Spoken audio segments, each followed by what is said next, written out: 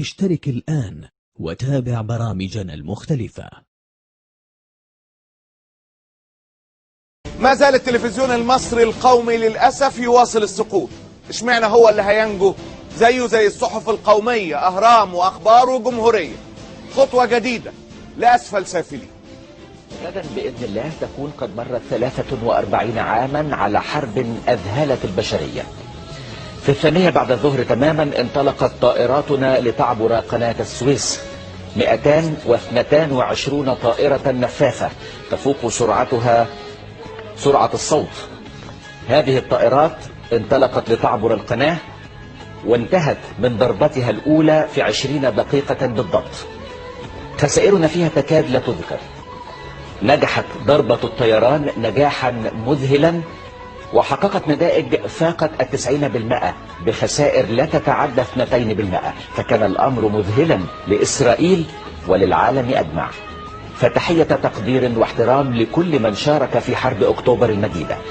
تحية تقدير وامتنان للرئيس الراحل جمال عبد الناصر قائد حرب الاستنزاف.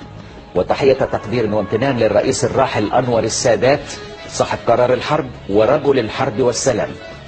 وتحية تقدير وحب وامتنان وإجلال للرئيس الأسبق محمد حسني مبارك قائد الضربة الجوية الذي بفضل قيادته الحكيمة انتصر جيشنا العظيم على بفضل قيادته الحكيمة. تزوير التاريخ شغال شافعي وملكي وحنبلي. 60 ثانية مليانين بالمغالطات التاريخية في أهم ذكرى في عصرنا الحديث. بيشكر عبد الناصر. عبد الناصر السبب الرئيسي في نكبة 67 واللي احتلت إسرائيل فيها الضفة الغربية وقطاع غزة والجولان وشبه جزيرة سيناء. أضعاف الأراضي اللي كانت بتحتلها احتلتها في 6 ساعات. النكبة اللي بندفع ثمنها لحد النهاردة والأيامنا اللي جاية. مش مصر بس اللي بتدفع، المنطقة كلها. النكبة اللي كانت السبب في معاهدة السلام.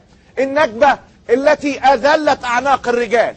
بيشكروا على حرب الاستنزاف ده على أساس إن كان في أي بديل لإصلاح ما أفسده ناصر شخصيا. وبيشكر السادات بس على قرار الحرب. كلمتين على الماشي كده. ده دور السادات كله في الشكرانية في صباح الخير يا مصر. إنما التحية كل التحية لمبارك اللي بفضل قيادته الحكيمة انتصر جيش مصر على أساس إن السادات والمشير أحمد إسماعيل والمشير سعد الشاذلي والمشير الجمصي